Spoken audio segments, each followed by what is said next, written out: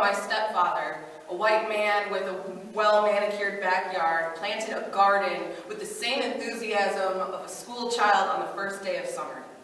These days, that garden births tomatoes by the handful and enough grapes to make gallons of wine in the basement.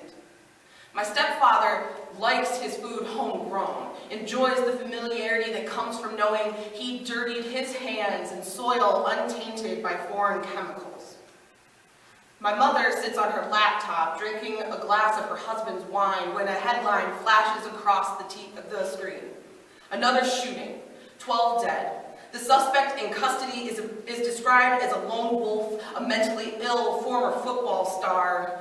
When the photos are released, he is being led away in a bulletproof vest, as if his whiteness had not saved him already. My mother takes a sip, logs into Facebook and types, "Please pray for the victims." She does not call this an act of terrorism, this almost daily bloodshed. This is just the way things are in America. Another shooting.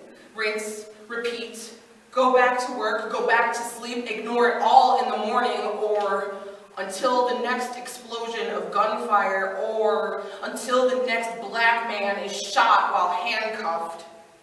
September 11th, 2001 was the very first time I ever heard the word terrorism.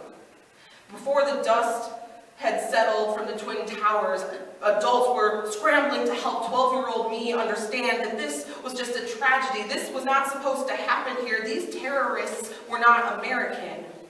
I was told they were brown and bearded, wore turbans. Because of this, I grew up afraid of people who did not look like me. The seeds of racism had been planted in my mind by a society that won't admit that we create monsters ourselves. America has a terrorism problem.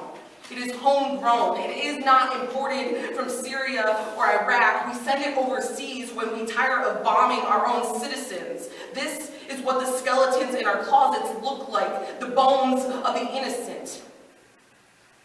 When my stepfather starts thinking about planting green beans, he stands in the backyard surveying the options of the land. He has no fear of what grows here. He doesn't think about the white men in his neighborhood, their guns, or their hateful ideas. He's too busy considering how the sky might swell with brown men in hijacked airplanes, while his hands are covered in dirt.